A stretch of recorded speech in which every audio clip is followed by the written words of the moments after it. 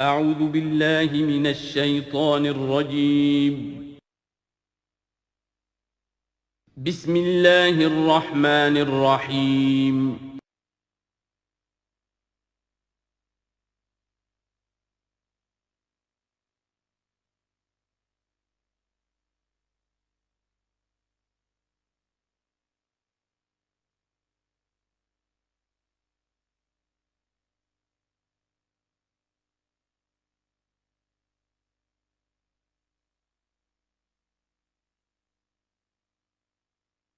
ما ننسخ من آیۃ او ننسها نأت بخیر منها او مثلها الم تعلم ان اللہ علی کل شیء قدیر الم تعلم ان اللہ له ملک السماوات والارض وما لکم من دون اللہ من ولی ولا نصیر صدق اللہ العظیم۔ ان آیات مبارکہ کا ترجمہ اگرچہ ہم کر چکے ہیں، لیکن اس کا جو اصل مفہوم ہے اور اس کا پس منظر ہے اس کو سمجھنا ضروری ہے۔ آپ کو معلوم ہے کہ اللہ کا دین آدم سے لے کر این دم تک ایک ہی ہے۔ نوح کا دین، موسیٰ کا دین، عیسیٰ کا دین، محمد کا دین صلی اللہ علیہ وسلم علیہ الصلوۃ دین ایک ہی ہے۔ شریعتوں میں فرق رہا ہے، اور یہ فرق جو رہا ہے اس کا اصل سبب یہ ہے کہ نوع انسانی مختلف اعتبارات سے ارتقاء کی مراحل طے کر رہی تھی۔ ذہنی پختگی، شعور کی پختگی، پھر سوشل ایولیوشن، تمدنی ارتقاء، یہ مسلسل جاری تھا۔ لہذا اس ارتقاء کے جس مرحلے میں رسول آئے اسی کی مناسبت سے ان کو تعلیمات دے دی گئیں۔ ان میں وہ حصے بھی تھے کہ جو ایٹرنل ہیں، جو ہمیشہ رہیں گے، اور ایسے بھی تھے کہ جو اس زمانے کی مناسبت سے تھے۔ اب جب اگلا رسول آئے گا تو ظاہر بات ہے کہ ان میں سے کچھ چیزوں میں تغیر و تبدل ہو جائے گا، کچھ چیزیں نئی آ جائیں گی، کچھ پرانی ساقط ہو جائیں گی۔ یہ پرانی چیزوں کا ساقط ہونا یہ کہلاتا ہے ناسخ ہونا، ناسخ و منسوخ کا مسئلہ، کہ وہ حکم منسوخ ہو گیا اور اس کی جگہ پر کوئی اور حکم آ گیا ہے۔ یا تو اللہ تعالیٰ تعین کے ساتھ منسوخ فرماتے ہیں، یا یہ کہ اس شے کو سرے سے لوگوں کے ذہنوں سے زائل کر دیتے ہیں۔ اعتراض یہ کر رہے تھے یہودی کہ اگر تو یہ دین وہی ہے جو موسیٰ کا تھا تو ظاہر بات ہے کہ پھر شریعت پوری وہی ہونی چاہیے۔ اس کے اعتراض کا جواب ہے جو یہاں دیا جا رہا ہے، اور یہی مسئلہ پھر قرآن میں بھی ہے۔ قرآن کی بھی تدریج کے ساتھ شریعت کی تکمیل ہوئی ہے۔ جیسا کہ میں نے پہلے عرض کیا تھا، شریعت کا بلو پرنٹ آپ کو سورہ بقرہ میں مل جائے گا آگے چل کر، لیکن شریعت کی تکمیل ہوئی ہے سورہ مائدہ میں۔ یہ جو تقریباً 5-6 سال کا وقفہ ہے، اس میں کچھ احکام شروع میں دیے گئے، پھر ان میں رد و بدل کر کے، اور پھر آخر میں الیوم اکملت لکم دینکم واتممت علیکم نعمتی ورضیت لکم الاسلام دینا۔ یہ ناسخ و منسوخ کا مسئلہ صرف سابقہ شریعتوں اور شریعت محمدی میں نہیں ہے صلی اللہ علیہ وسلم، بلکہ خود شریعت محمدی میں بھی زمانی اعتبار سے ارتقاء ہوا ہے کہ پہلے شراب کے بارے میں حکم دیا گیا کہ اس کی مضرت زیادہ ہے، گناہ کا پہلو زیادہ ہے، کچھ فائدے بھی ہیں بس۔ اس کے بعد آیا اگر شراب کے نشے میں ہو تو نماز مت پڑھو، نماز کے قریب مت جاؤ۔ پورے معاہدہ میں آخری حکم آ گیا، حل انتم منتہون، اب باز آتے ہو کہ نہیں آتے، حرام کر دیا گیا۔ تو یہ تدریجاً ہوا ہے۔ تو ناسخ و منسوخ قرآن میں بھی ہے، اور ناسخ و منسوخ قرآن اور تورات کے مابین بھی ہے۔ تو ہم نہیں منسوخ کرتے کوئی آیت یا بھلوا دیتے ہیں اس کو، نأت بخیر منہا، ہم اس سے بھی بہتر لے آتے ہیں، او مثلہا، یا اس جیسی ہی۔ الم تعلم ان اللہ علی کل شیء قدیر، اب یہ کہ یہ تو اللہ کی اتھارٹی ہے، مالک الملک وہ ہے، دین اس کا ہے، اس میں وہ جس طریقے سے چاہے کسی چیز کے اندر تبدیلی پیدا کر دے۔ الم تعلم ان اللہ لہ ملک السماوات والارض ما لکم من دون اللہ من ولی ولا نصیر ام تریدون ان تسألوا رسولکم کما سئل موسیٰ من قبل، کیا تم یہ چاہتے ہو کہ سوال کرو یا مطالبہ کرو اپنے رسول سے بھی اسی طرح کے جس طرح کی باتیں کی گئی تھی موسیٰ سے پہلے؟ مثلا ہم دیکھ چکے ہیں کہ ان سے کہا گیا کہ ہم نہیں مانیں گے جب تک کہ اللہ کو دیکھ نہ لے عیاناً، یا اسی طرح کے اور مطالبے جو حضرت موسیٰ علیہ السلام سے کیے جاتے تھے۔ یہاں مسلمانوں کو سکھایا جا رہا ہے کہ اس روش سے باز آؤ، ایسی بات تمہارے اندر پیدا نہیں ہونی چاہیے۔ وَمَن يَتَبَدَّلِ الْكُفْرَ بِالْإِيمَانِ فَقَدْ ضَلَّ سَوَاءَ السَّبِيلِ، ظاہر بات ہے ایسی حرکتیں بھی اب مسلمانوں میں سے بھی جو منافقین ان میں شامل تھے وہی کر رہے ہوں گے۔ اس لیے فرمایا کہ جو کوئی ایمان کو ہاتھ سے دے کر کفر کو لے لے گا، یعنی منافق چونکہ دو طرفہ ہوتا ہے، اب اس کا بھی امکان ہوتا ہے کہ یکسو ہو جائے کفر کی طرف، اور اس کا بھی امکان ہوتا ہے کہ بالآخر یکسو ہو جائے ایمان کی طرف۔ مذبذبین بین ذالک کی کیفیت میں جو مبتلا ہے، اس کے دو یہ امکانات ہیں۔ تو جو کفر کی طرف جا کر مستقل طور پر راغب ہو گیا اس کا ذکر ہے، وَمَن يَتَبَدَّلِ الْكُفْرَ بِالْإِيمَانِ فَقَدْ ضَلَّ سَوَاءَ السَّبِيلِ، تو وہ تو سیدھی راہ سے بھٹک گیا۔ وَدَّ كَثِيرٌ مِّنْ أَهْلِ الْكِتَابِ لَوْ يَرُدُّونَكُم مِّن بَعْدِ إِيمَانِكُمْ كُفَّارًا، اہل کتاب میں سے بہت سے لوگ ہیں جو چاہتے ہیں کہ کسی طرح لوٹا کر لے جائیں تمہیں تمہارے ایمان کے بعد پھر کفار بنا دیں۔ یہ ایسے ہی ہے کہ جیسے کسی بلی کی دم کٹ جائے تو وہ یہ چاہے گی کہ ساری بلیوں کی دمیں کٹ جائیں کہ وہ کوئی علیحدہ سے نمایاں نہ رہے۔ تو وہ چاہتے تھے کہ یہ چیزیں جو ہیں ان کو واپس لے آیا جائے، اہل ایمان کو بھی کفر میں لے آیا جائے، حسدا من عند انفسہم، اور یہ ان کا طرز عمل ان کے حسد کی وجہ سے کہ کیوں یہ نعمت جو ہے ان کو دے دی گئی۔ من بعد ما تبین لہم الحق، اس کے بعد کہ ان پر حق بالکل واضح ہو چکا ہے، وہ جان چکے ہیں، پہچان چکے ہیں، کسی مغالطے میں نہیں ہے، غلط فہمی میں نہیں ہے۔ فاعفوا واصفحوا، یہ بہت اہم ہے مقام۔ تو اے مسلمانوں تم معاف کرتے رہو اور صرف نظر سے کام لو۔ اس کا اصل مطلب کیا ہے؟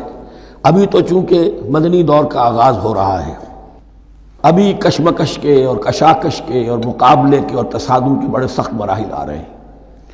چونکہ تمہارا سب سے پہلا جو محاذ ہے وہ تو کفار مکہ کے خلاف ہے، سب سے بڑھ کر وہی آئیں گے، تم پر حملے کریں گے، جنگیں ہوں گی، تو فوری طور پر یہ جو آستین کے سانپ ہیں ان کو ابھی چھیڑو مت، جب تک یہ پڑے رہیں ڈورمنٹ، انہیں پڑا رہنے دو۔ ایک وقت آئے گا، یہاں یوں سمجھیے کہ یہ حکم دیا رہا ہے فی الحال انہیں چھیڑو مت، ان کے طرز عمل کے بارے میں زیادہ توجہ نہ دو، فاعفو، معاف کرتے رہو، درگزر کرتے رہو۔ اور وصفحو کہتے ہیں، صفح کہتے ہیں ایک طرف کا، یہ صفح ہے، یہ ورق ہے، صرف نظر کر لینا، دیکھا اندیکھا کر لینا، نظر انداز کر دینا، حتی یاتی اللہ بامرہ، یہاں تک کہ اللہ اپنا فیصلہ لے آئے۔ ایک وقت آئے گا کہ پھر مسلمانوں کو غلبہ آخری حاصل ہو جائے گا، اور جب جو یہ باہر کے دشمن ہیں ان سے تم نمٹ لو گے، پھر یہ کہ ان اندرونی دشمنوں کے خلاف بھی تمہیں اب آزادی دی جائے گی کہ ان کو بھی ان کے کیفر کردار تک پہنچا دو۔ ان اللہ علی کل شیء قدیر، یقیناً اللہ ہر چیز پر قادر ہے۔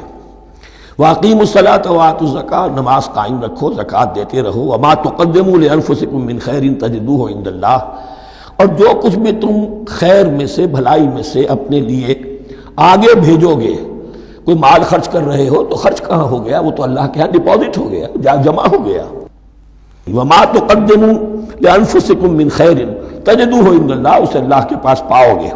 ان اللہ بما تعملون بصیر، یقیناً جو کچھ تم کر رہے ہو اللہ اسے دیکھ رہا ہے۔ وقالوا لن يدخل الجنۃ الا من كان هودا او نصارى، اب دیکھیے جب یہ نئی امت اب تشکیل پا رہی ہے تو یہودی اور نصرانی جو ایک دوسرے کے دشمن تھے مسلمانوں کے مقابلے میں جمع ہو گئے، انہوں نے کہنا یہ شروع کیا، وقالوا لن يدخل الجنۃ، ہرگز نہیں داخل ہوگا جنت میں، الا من کان ہودا او نصارا، سوائے اس کے جو یا تو یہودی ہو یا نصرانی ہو۔ وقالوا لن يدخل الجنۃ الا من کان ہودا او نصارا تلک امانیہم، یہ لفظ دوبارہ آ گیا، یہ ان کی خواہشات ہیں، من گھڑت خیالات ہیں، ان کی وشفل تھنکنگ ہے۔ قل ہاتوا برہانکم ان کنتم صادقین، کہو ان سے لاؤ کوئی دلیل اگر تم سچے ہو، دلیل کتاب سے لاؤ، کہیں تورات میں لکھا ہے، یہ کہیں یہ انجیل میں لکھا ہے، جو تورات اور جو انجیل تمہارے پاس ہے اسی میں سے دکھا دو گے یہ لکھا ہوا ہو، کہیں لکھا ہوا نہیں۔ اب یہاں پر وہ یونیورسل ٹروتھ آ رہا ہے، بلا من اسلم وجہہ للہ وہو محسن، کیوں نہیں، ہر وہ شخص کے جو اپنا چہرہ اللہ کے سامنے جھکا دے اور وہ محسن ہو، اس کا رویہ صدق پر، سچائی پر، حسن کردار پر مبنی ہو، سر کا جھکانا منافقانہ نہ ہو، جزوی نہ ہو کہ کچھ مانا کچھ نہیں مانا۔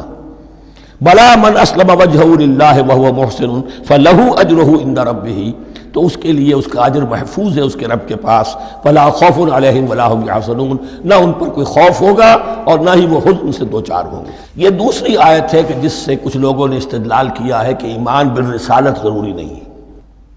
اب دیکھیے اس کا جواب وہی ہوگا، نمبر ایک تو یہ ہر جگہ پر ساری چیزیں بیان نہیں کی جایا کرتی، کوئی چیز کہیں بیان کی گئی، کوئی کہیں بیان کی گئی ہے۔ کتاب کو لینا ہے تو پوری کو پوری ایک کتاب کی حیثیت سے۔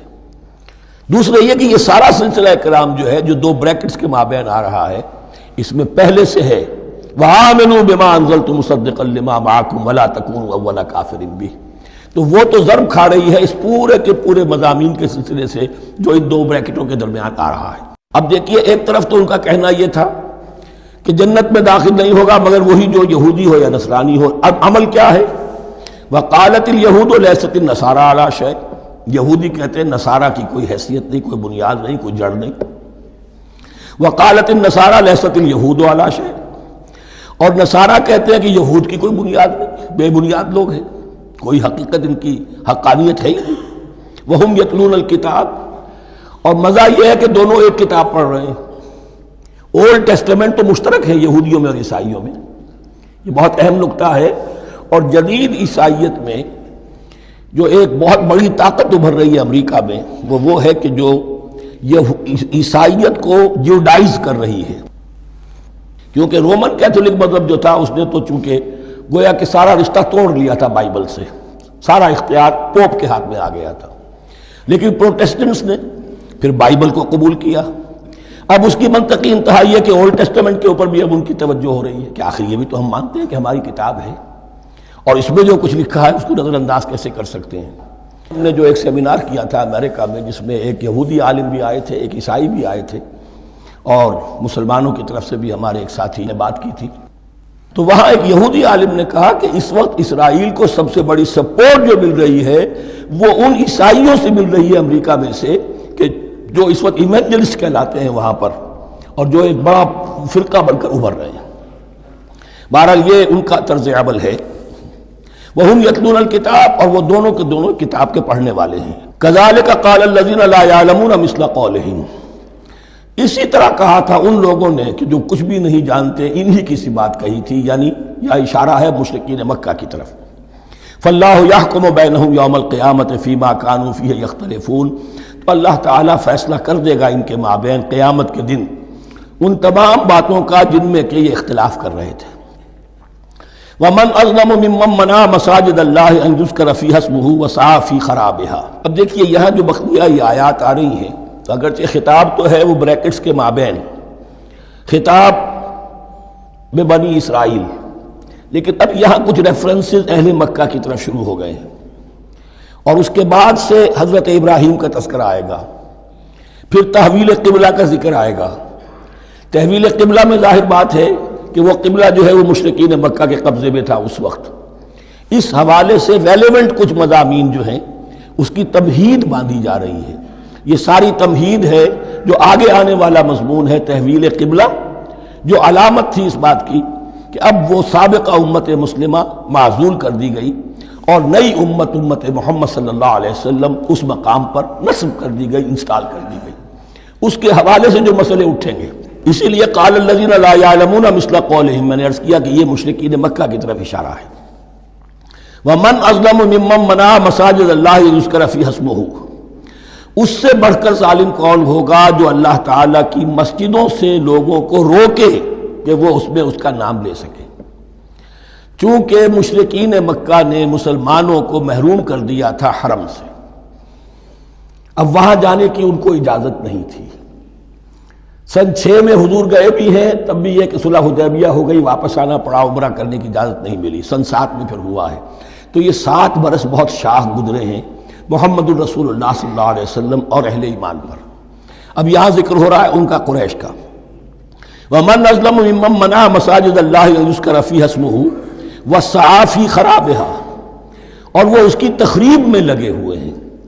یہ خراب تخریب، یہ تخریب دو طرح کی ہوتی ہے، ایک ظاہری تخریب ہوتی ہے کسی مسجد کو گرا دینا، اور ایک ظاہری نہیں باطنی معنوی ہوتی ہے۔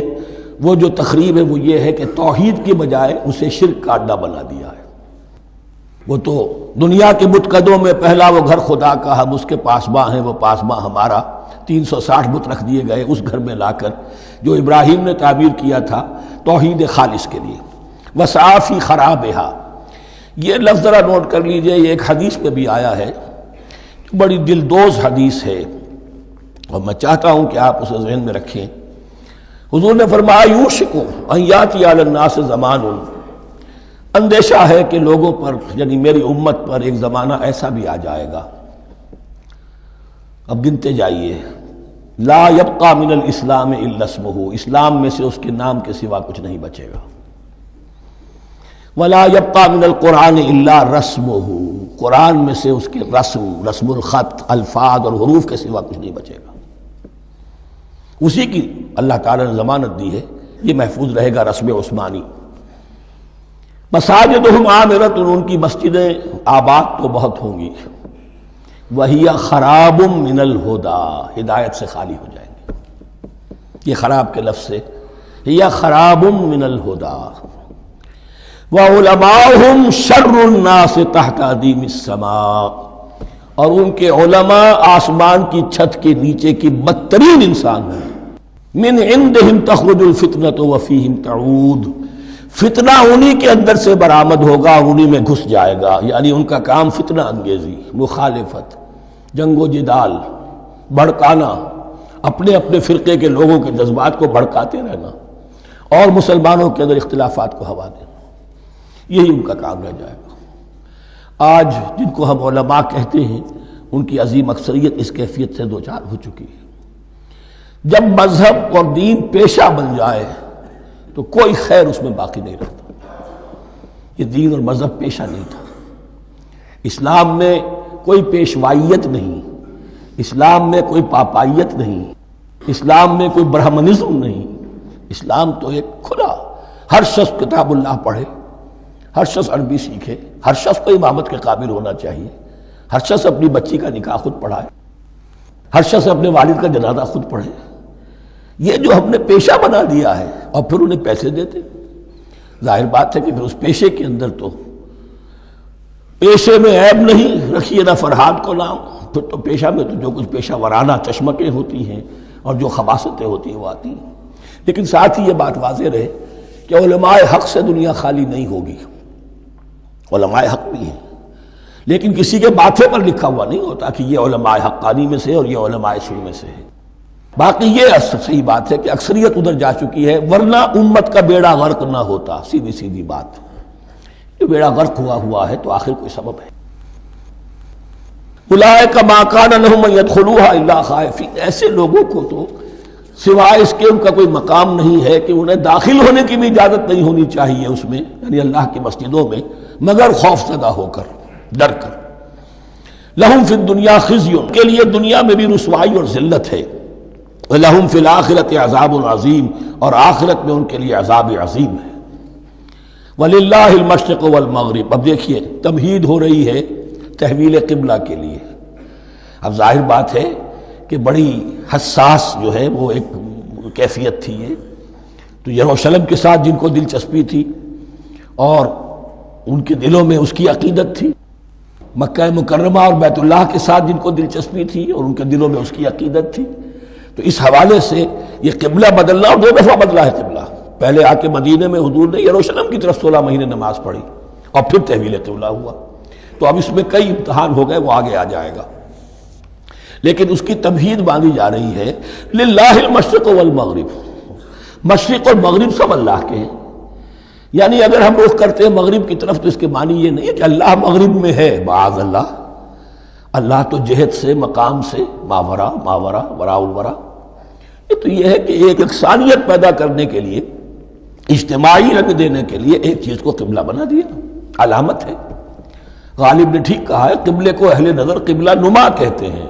قبلہ جو ہے وہ مسجود تو نہیں ہے پرے سرحد ادراک سے اپنا مسجود، قبلے کو اہل نظر قبلہ نما کہتے ہیں۔ للہ المشرق والمغرب فینما تولوا فثم وجہ اللہ، جدھر بھی تم رخ کرو گے وہ اللہ ہی کا رخ ہے۔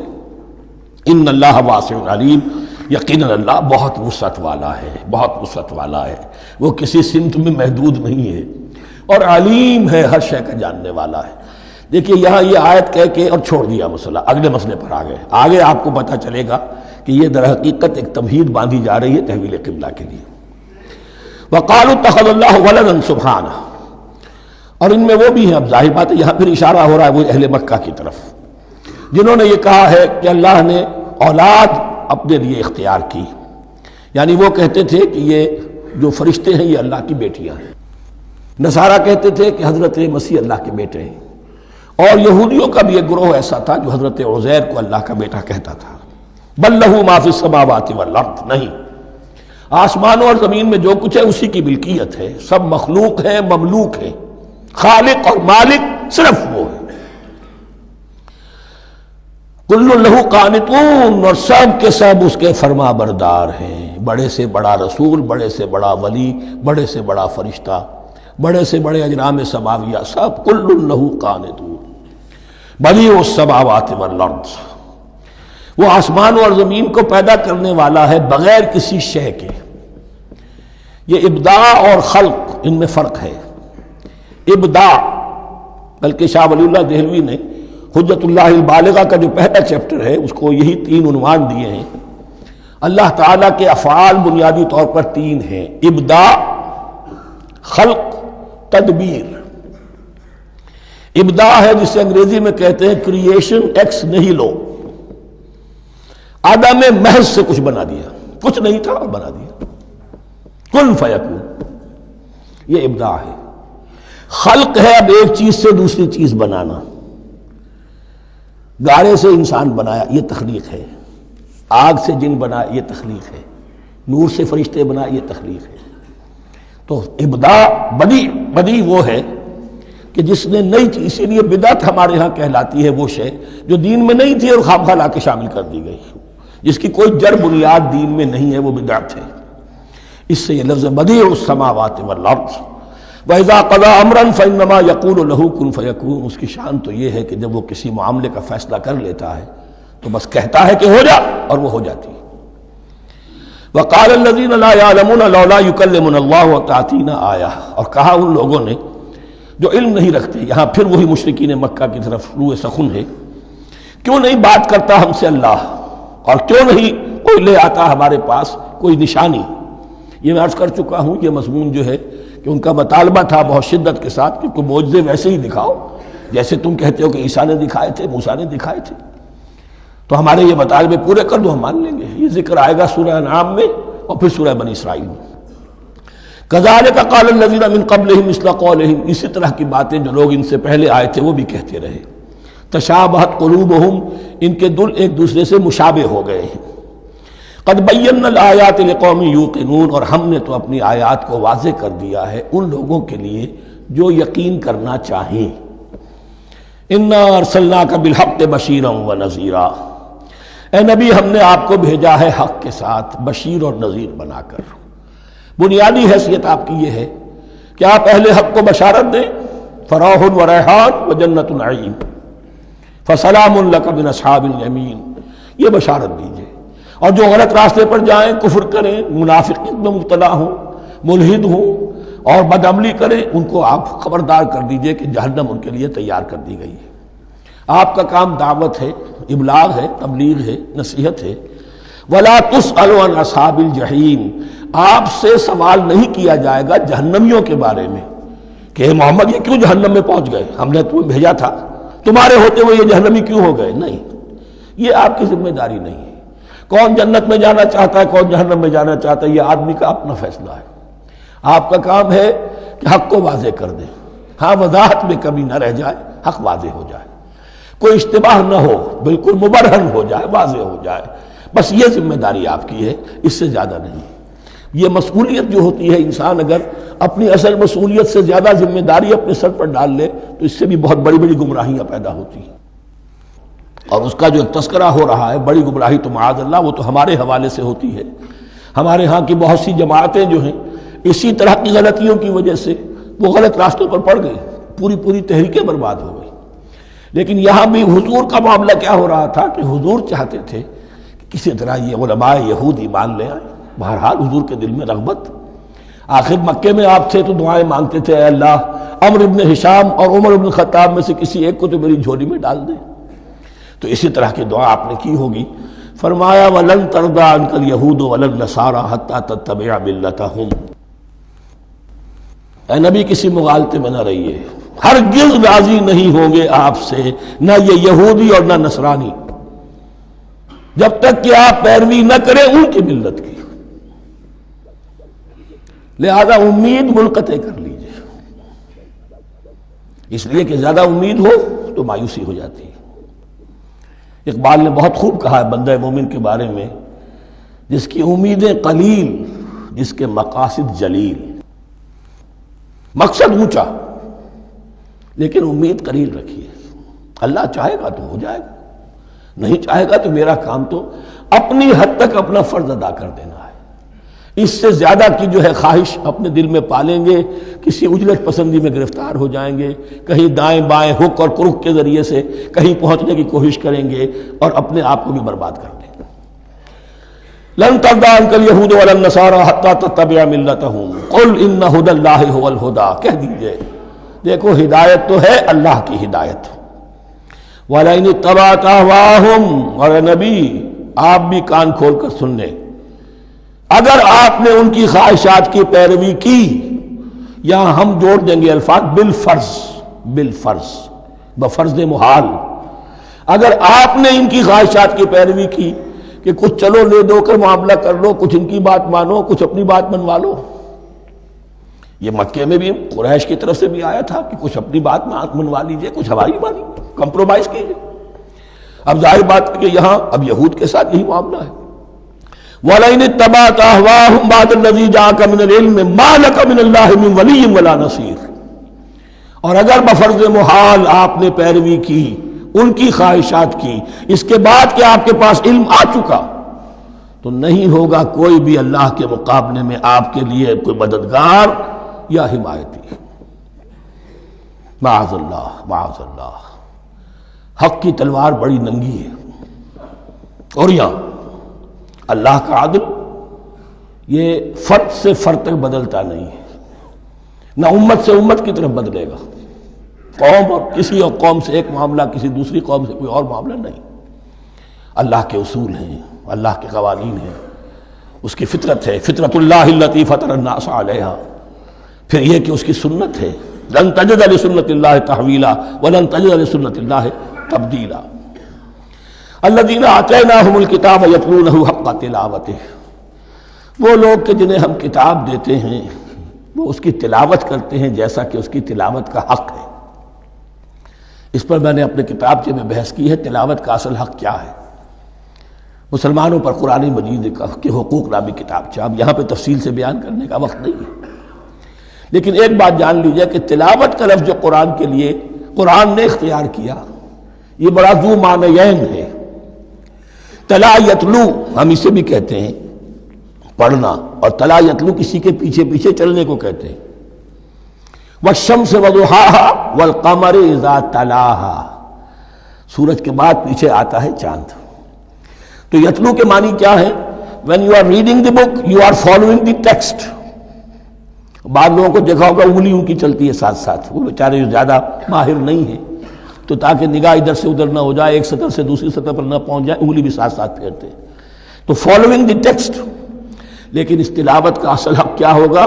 جب آپ اس کتاب کو فالو کریں، اسے اپنا امام بنائیں، اس کے پیچھے چلیں، اس کا اتباع کریں، اس کی پیروی کریں، جس کی کہ دعا ہم کرتے ہیں وَاجْعَلْهُ لَنَا إِمَامًا وَنُورًا وَهُدًى وَرَحْمَةً، تو اللہ تو بنائے گا ہمارا امام اس کو اسی وقت جب کہ ہم فیصلہ کر لیں کہ ہم اس کتاب کے پیچھے چلیں گے۔ الذین آتیناہم الکتاب یتلونہ حق تلاوتہ اولئک یؤمنون بہ، جو اللہ کی کتاب کی تلاوت کا حق ادا کریں اور اس کی پیروی بھی کریں، وہی ہیں جو اس پر ایمان رکھتے ہیں۔ جو نہ تلاوت کا حق رکھتے ہوں ادا کریں، نہ پیروی کریں، وہ دعویٰ کریں کہ ہمارا ایمان ہے تورات پر اور کتاب پر، تو یہ دعویٰ جو ہے جھوٹا دعویٰ ہے۔ میں وہ حدیث آپ کو سنا چکا ہوں، ما آمن بالقرآن من استحل محارمہ، جس شخص نے قرآن کی کسی حرام کردہ شے کو اپنے لیے حلال کر لیا اس کا قرآن پر کوئی ایمان نہیں۔ وَمَن يَكْفُرْ بِهِ فَأُولَٰئِكَ هُمُ الْخَاسِرُونَ، اور جو اس کا کفر کرے گا تو وہی لوگ ہیں خسارے میں رہنے والے۔ اب وہ بریکٹ بند ہو رہی ہے، وہ آیت کے جو چھٹے رکوع کے شروع میں آئی تھی دوبارہ آ گئی جوں کہ توں، یا بنی اسرائیل اذکروا نعمتی التی انعمت علیکم وانی فضلتکم علی العالمین۔ یہ ترتیب ذہن میں رکھیے۔ اور دوسری آیت بھی جو کہ تو، صرف یہ ہے کہ ترتیب تھوڑی سی بدلی ہے۔ بریکٹ یوں بناتے ہو تو اس کی چونچ ادھر ہوتی ہے تو اس کی چونچ ادھر ہوتی ہے، تو اسی طریقے سے ذہن میں رکھیے کہ دوسری آیت کی ترتیب تھوڑی سی بدل دی درمیانی، اور وہ بھی درمیان میں چونچ والا معاملہ جو ہوتا ہے۔ وَاتَّقُوا يَوْمًا لَا تَجْزِي نَفْسٌ عَن نَفْسٍ شَيْئًا، یہ تو جو کہ تو وہی ہے، ڈرو اس دن سے جس دن کوئی جان کسی دوسری جان کے کام نہ آ سکے گی۔ وَلَا يُقْبَلُ مِنْهَا عَدْلٌ، وہاں کیا تھا وَلَا يُقْبَلُ مِنْهَا شَفَاعَةٌ، یہاں کیا آیا وَلَا يُقْبَلُ مِنْهَا عَدْلٌ، نہ اس سے کوئی فدیہ قبول کیا جائے گا۔ وَلَا تَنفَعُهَا شَفَاعَةٌ، یہ شفاعت بعد میں لے آئے، عدل پہلے لے آئے، وہاں شفاعت پہلے ہے عدل بعد میں، بس یہ تبدیلی ہے۔ وَلَا هُمْ يُنصَرُونَ، اور یہ پھر جو کا تو وہی جو پہلی آیت میں تھا، جو چھٹے رکوع کی دوسری آیت ختم ہوئی، نہیں انہیں کوئی مدد مل سکے گی۔ یہ جو حصہ تھا جو تقریباً 10 رکوعوں پر مشتمل تھا، سورہ بقرہ کے 18 رکوع کہ جن میں روح سخن ہے سابقہ امت مسلمہ کی طرف، 4 رکوع بڑے عموم کے حامل تھے، لیکن بین السطور وہاں بھی اشارے موجود تھے، روح سخن جو تھا وہ بنی اسرائیل کی طرف۔ 10 رکوعوں میں صراحت کے ساتھ ساری گفتگو انہی سے ہے، الا یہ کہ ایک جگہ مسلمانوں سے خطاب کر لیا، کچھ آخر میں اہل مکہ کا تذکرہ بھی ہو گیا۔ اب اس کے بعد ذکر شروع ہو رہا ہے حضرت ابراہیم علیہ السلام کا۔ وہ بات سمجھ لیجئے کہ کیا وجہ ہے اس کی۔ دیکھیے حضرت ابراہیم کی نسل کی یہ 2 شاخیں چلی، ویسے تو 3 ہیں، عام طور پر لوگوں کے علم میں ہے کہ 2 بیویاں تھیں، حضرت ہاجرہ سے حضرت اسماعیل پیدا ہوئے، بڑے تھے، حضرت سارہ سے حضرت اسحاق، ان کے بیٹے یعقوب، یعقوب کے 12 بیٹے بنی اسرائیل۔ حضرت اسماعیل کو حضرت ابراہیم نے آباد کیا خانہ کعبہ کے پاس لا کر، بواد غیر ذی زرع، تو وہاں یہ جو ایک نسل چلی۔ لیکن نبوت جو ہے حضرت ابراہیم کے بعد حضرت اسماعیل کو تو ملی، اس کے بعد مسلسل یوں سمجھیے کہ تقریباً 3000 کا فصل ہے سالوں کا کہ کوئی نبوت اس شاخ میں نہیں آئی۔ نبوت کا سلسلہ چلا دوسری شاخ میں، حضرت یعقوب، حضرت اسحاق، حضرت یعقوب، حضرت یوسف، چلتے جائیے، اور پھر حضرت موسیٰ اور ہارون سے شروع ہو کر حضرت عیسیٰ اور یحییٰ تک 1400 برس مسلسل۔ اگرچہ تیسری شاخ بھی تھی، بنو قطورہ کہلاتے، تیسری اہلیہ آپ کی تھی قطورہ، بنی قطورہ میں سے ان کی اولاد بڑی کثیر تھی، ان میں سے ایک مدین تھے، مدین یا مدیان، ان میں حضرت شعیب کی بعثت ہوئی تھی۔ حضرت شعیب بھی حضرت ابراہیم کی نسل میں سے ہیں، لیکن بنی مدیان میں سے۔ بہرحال اب چونکہ حضور کی بعثت ہوئی بنی اسماعیل میں، ادھر بنی اسرائیل ہیں، ان سے یہ خطاب ہو رہا ہے سابقہ امت مسلمہ، اور اب یہ امامت الناس منتقل ہونے والی ہے بنی اسرائیل سے بنی اسماعیل کو۔ تو اب اگر اس انتقال کے وقت نقل، اگر وہ جو کامن فیکٹر ہے اس کا تذکرہ کیا جائے تو بات آسان ہو جائے گی۔ ابراہیم ہی تو جد امجد ہے نا تمہارے، تم یعقوب کی اولاد ہو ٹھیک ہے، لیکن یعقوب کس کے بیٹے تھے؟ اسحاق کے۔ اسحاق کس کے بیٹے تھے؟ ابراہیم کے۔ تو یہ دوسری نسل بھی تو ابراہیم ہی کی ہے۔ اس حوالے سے ان کے لیے سہل بنایا جا رہا ہے کہ بات کو سمجھو، یہ صرف یہ ہے کہ 2 پیڑھی اوپر جا کر مل گئے اور اللہ نہ خیر سنا۔ اور حضرت ابراہیم نے خانہ کعبہ کی تعمیر کی اور اسے اب مرکز بنانا ہے اہل توحید کا، لہذا یہ ساری گفتگو اب شروع ہو رہی ہے۔ 4 رکوع اب وہ ہیں 15ویں سے شروع ہو کر 18ویں تک، جن کا اصل مضمون ہے تحویل قبلہ۔ وَإِذِ ابْتَلَىٰ إِبْرَاهِيمَ رَبُّهُ بِكَلِمَاتٍ فَأَتَمَّهُنَّ، اور ذرا یاد کرو جب ابراہیم کو آزمایا اس کے رب نے بہت سی باتوں میں۔ میرا ایک کتابچہ ہے حضرت ابراہیم کی شخصیت پر، حج اور عید الاضحیٰ اور ان کی اصل روح، اور اس میں ایک تحریر ہے، ایک تقریر ہے۔ جو تحریر ہے وہ مجھے بہت پسند ہے کہ کیسے کیسے امتحان آئے ہیں حضرت ابراہیم علیہ السلام پر۔ فاتمہن، اب یہ ایک جملے میں ایک پوری داستان ہے. اس نے ان سب کو پورا کیا، سب میں پاس ہو گیا، ہر امتحان سے کامیابی کے ساتھ with flying colors ہر امتحان سے نکلے. قال انی جاعلک للناس اماما، تب ہم نے کہا اے ابراہیم اب میں تمہیں نوع انسانی کا امام بنانے والا ہوں. قال ومن ذریتی، انہوں نے کہا اور میری نسل کے بارے میں بھی یہ وعدہ ہے کہ نہیں؟ قال لا ینال عہد الظالمین، فرمایا میرا یہ عہد ظالموں سے متعلق نہیں ہوگا. مطلب کیا ہوا کہ تمہاری نسل میں سے جو صاحب ایمان ہوں گے، نیک ہوں گے، سیدھے راستے پر چلیں گے، ان سے ہمارا وعدہ ہے، لیکن نسلیت کی بنیاد پر نہیں ہے کہ جو بھی تمہاری نسل میں سے لازماً وہ اس وعدے کا مصداق بن جائے. وَإِذْ جَعَلْنَا الْبَيْتَ مَثَابَةً لِلنَّاسِ وَأَمْنًا، اور یاد کرو جب کہ ہم نے گھر کو، اپنے گھر کو، بیت اللہ کو قرار دے دیا لوگوں کے لیے زیارت کی جگہ، لوٹ کے آنے، لوٹ کر آؤ، حج کرو. مثابۃ للناس وامنا، اور اسے امن کا گھر قرار دے دیا.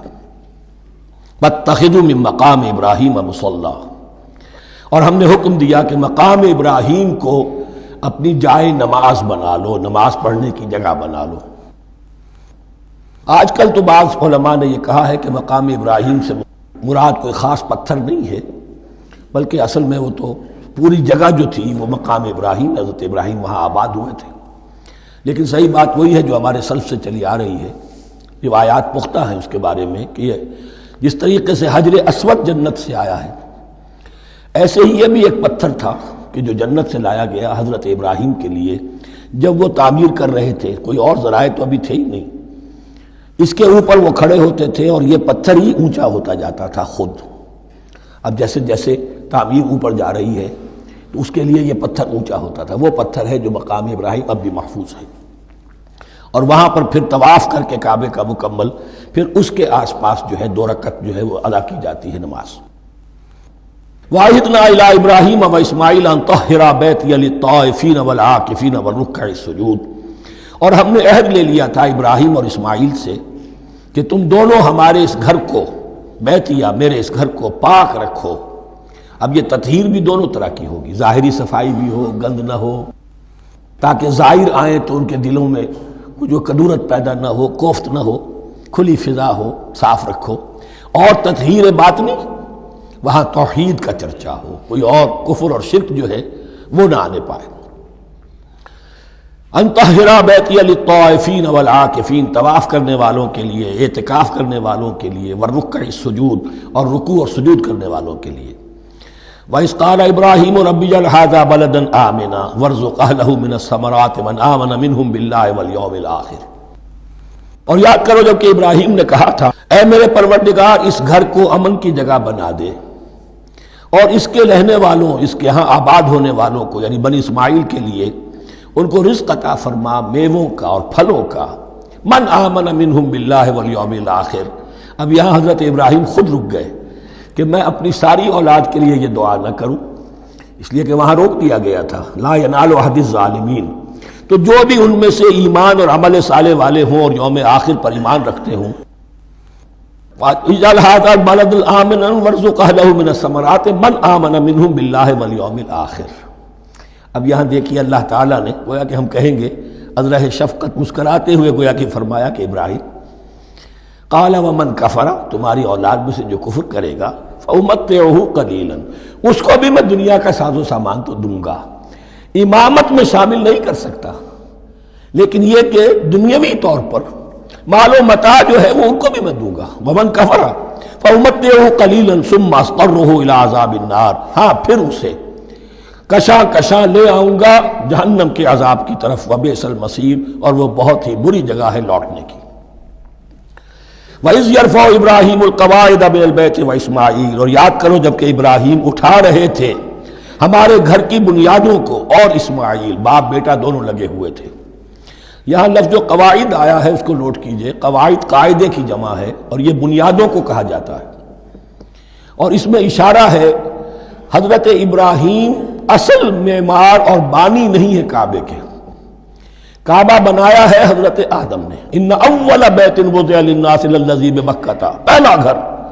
اب کیسے ممکن تھا حضرت آدم علیہ السلام کے زمانے سے لے کر اور حضرت ابراہیم تک کم و بیش جو ہے 4000 برس ہے. عام اندازہ جو ہے تورات کا اگر آپ لگائیں تو کوئی مسجد نہیں بنی ہوگی کیا؟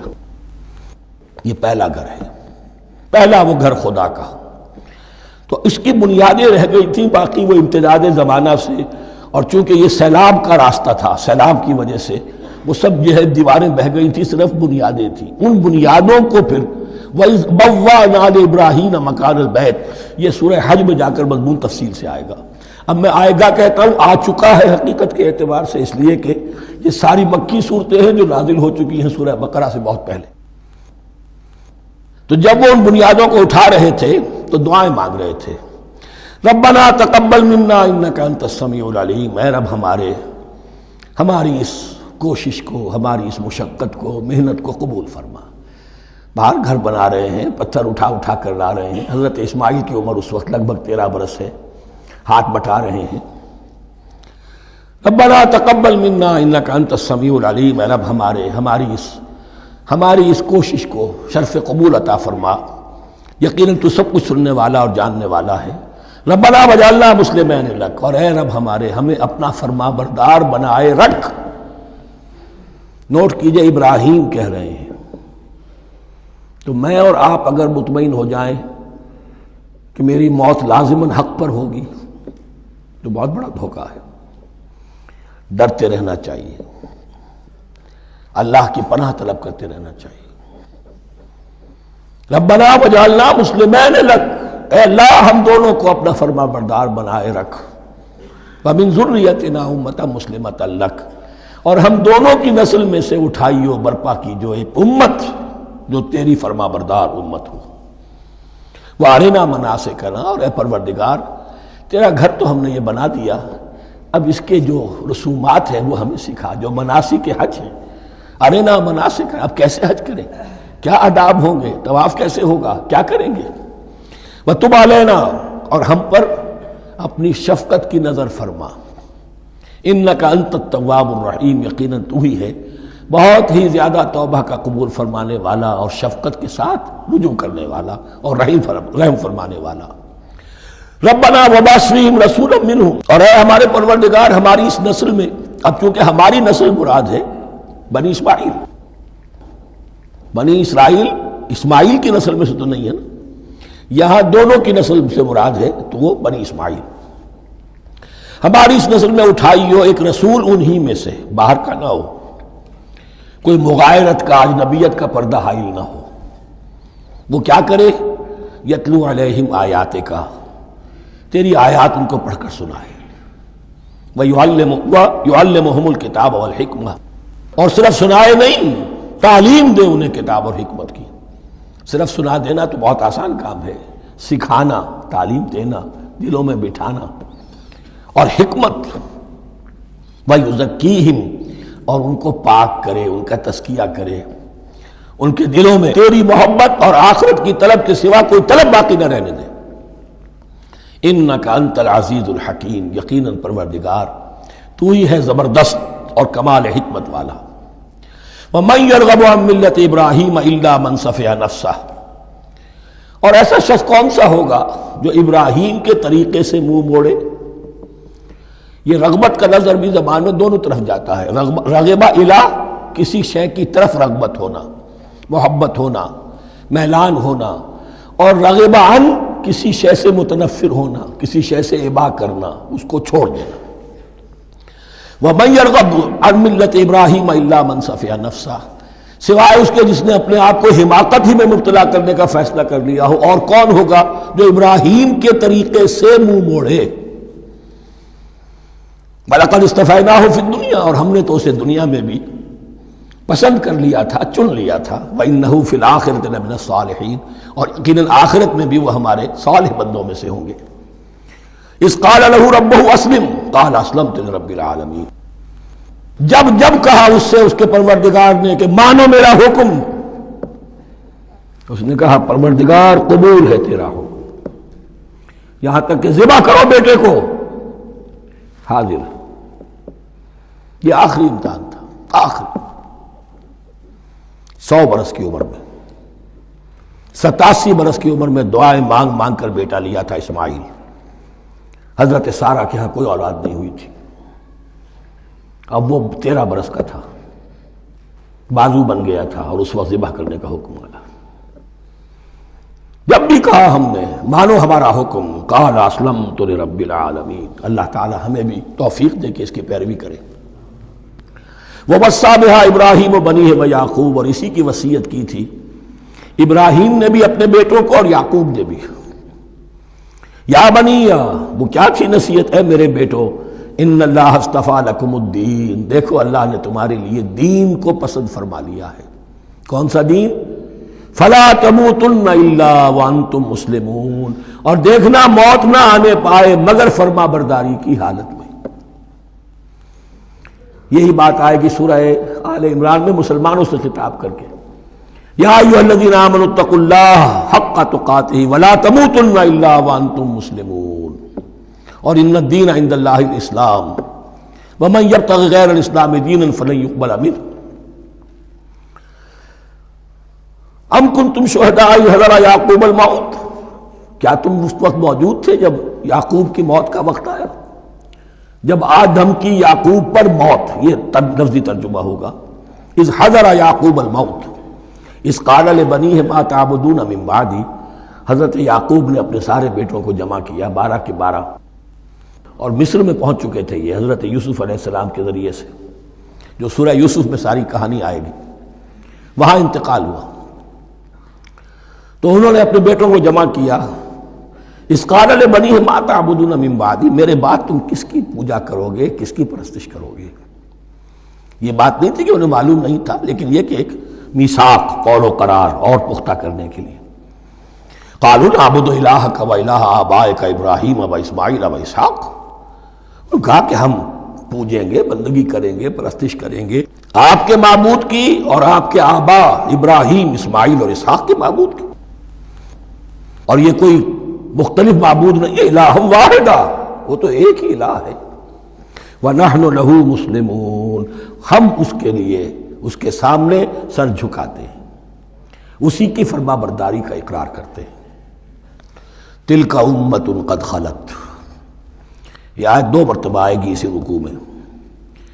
یہ ایک گروہ تھا انسانوں کا جو گزر گیا، ابراہیم، اسماعیل، اسحاق، یعقوب، ان کی اولاد، قد خلت، وہ گزر گئے۔ لہا ما کسبت ولکم ما کسبتم، ان کے لیے تھا جو انہوں نے کمایا، اور تمہارے لیے ہوگا جو تم کماؤ گے۔ یعنی یہاں پدرم سلطان بود کا کوئی مقام نہیں ہے، ہر شخص کے لیے اپنا عمل، اپنا ایمان، اپنی کمائی۔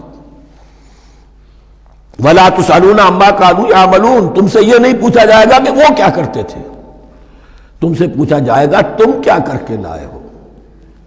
تو راچے ہے پدرم سلطان بود، تو راچے ہے، تم کیا ہو بھائی، تو اپنی بات کرو، باپ تمہارا سلطان تھا، ہوگا۔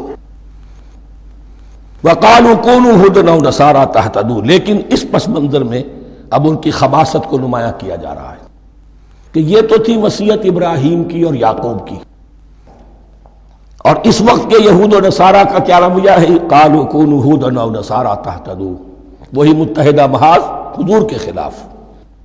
یا تو یہودی، انہوں نے کہا کہ یا یہودی ہو جاؤ یا نصرانی، تو ہدایت پر ہو جاؤ گے۔ قل بل ملت ابراہیم حنیفہ، کہہ دیجئے نہیں، بل نتبع، ہم تو نتبع یہاں پر محذوف مانیے، بل نتبع ملت ابراہیم حنیفہ، نہیں، ہم تو پیروی کریں گے ابراہیم کے طریقے کی، بالکل یکسو ہو کر۔ وما کان من المشرکین، اور وہ مشرکوں میں سے نہیں تھے۔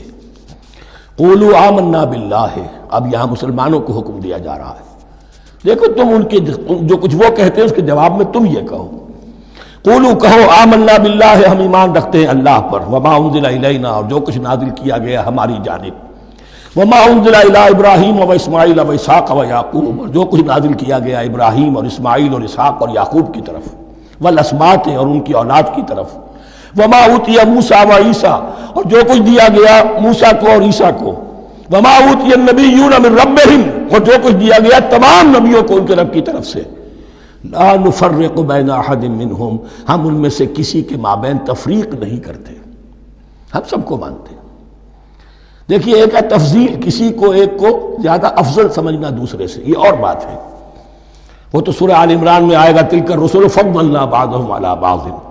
تفریق یہ کہ ایک کو مانے ایک کو نہ مانے، ان رسولوں میں سے ایک کا انکار سب کا انکار ہے۔ لا نفرق بین احد منہم ونحن له مسلمون، اور ہم نے تو اسی کی فرما برداری کا قلادہ اپنی گردن میں ڈال دیا ہے۔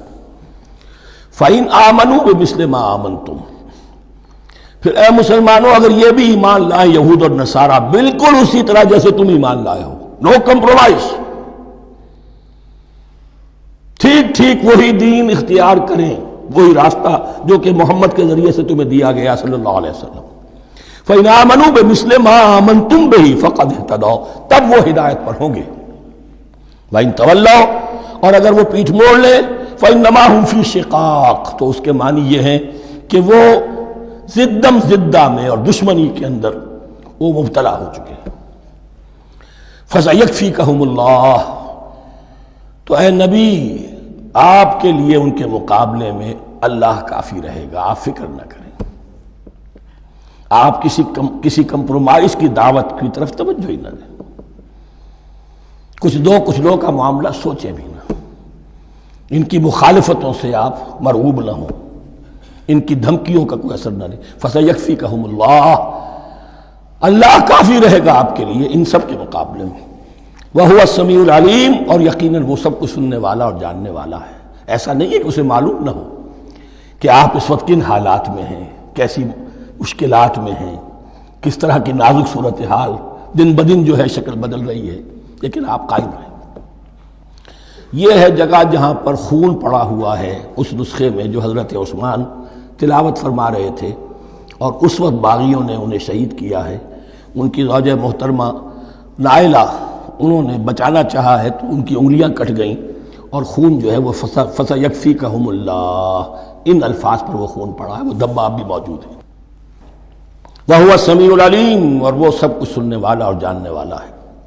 صبغۃ اللہ، کیا معنی؟ یہاں پر بھی ایک آپ کو محذوف ماننا ہوگا، اخترنا صبغۃ اللہ، ہم نے تو اختیار کر لیا ہے اللہ کے رنگ کو۔ وَمَنْ أَحْسَنُ مِنَ اللَّهِ صِبْغَةً وَنَحْنُ لَهُ عَابِدُونَ، اور اللہ سے بہتر رنگ کس کا ہوگا، اور ہم تو بس اسی کی بندگی، اسی کی پرستش کرنے والے ہیں۔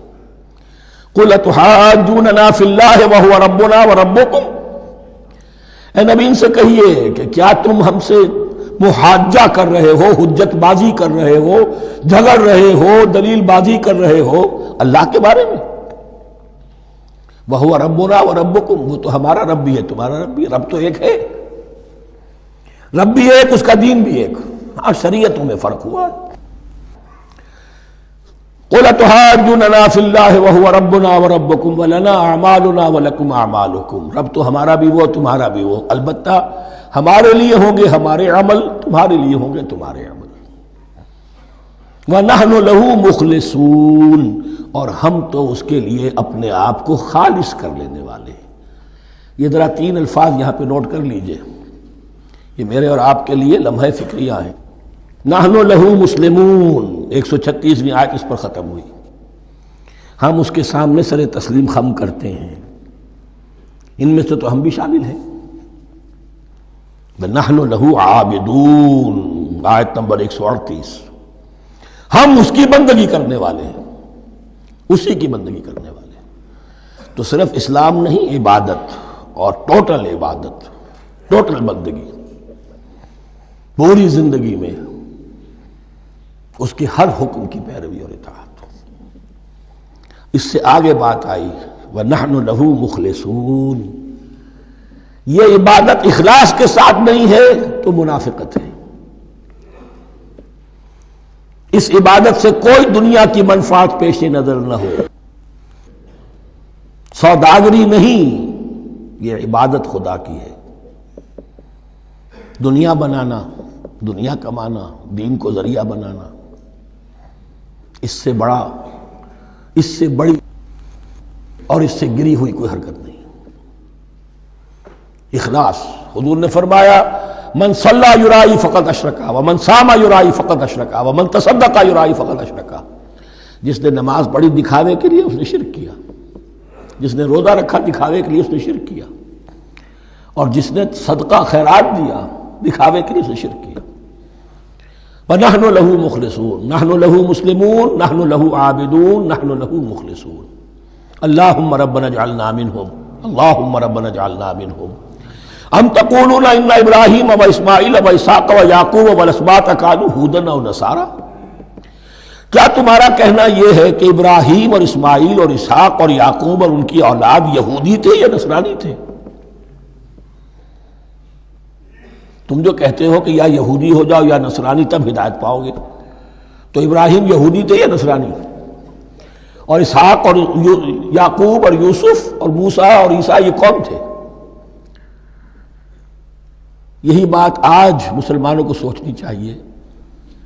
محمد الرسول اللہ اور ان کے اصحاب دیوبندی تھے یا بریلوی تھے یا اہل حدیث تھے یا شیعہ تھے یا سنی تھے؟ ان تقسیموں سے اوپر ہونے کی ضرورت ہے. اللہ کے ساتھ اخلاص کا تقاضا یہ ہے، ٹھیک ہے ایک فقہی مسلک کے اعتبار سے ایک شخص کسی مسلک کی پیروی کر رہا ہے، لیکن اپنے آپ کو اس سے آئیڈینٹیفائی کرانا اور اس مسلک کو مقدم رکھنا دین پر، اور اس مسلک ہی کے لیے محنت اور مشقت اور بھاگ دوڑ تبلیغ ہو رہی ہے اسی کی، یہ چیز بالکل اس اصل حقیقت کے خلاف ہے کہ جو اللہ کے دین نے ہمیں سکھائی. ام تقولون ان ابراہیم و اسماعیل و اسحاق و یعقوب والاسباط كانوا هودا او نصارا قل انتم اعلم ام اللہ. کہیے ان سے کہ تم زیادہ جانتے ہو یا اللہ زیادہ جانتا ہے. ومن اظلم ممن كتم شہادۃ عنده من اللہ.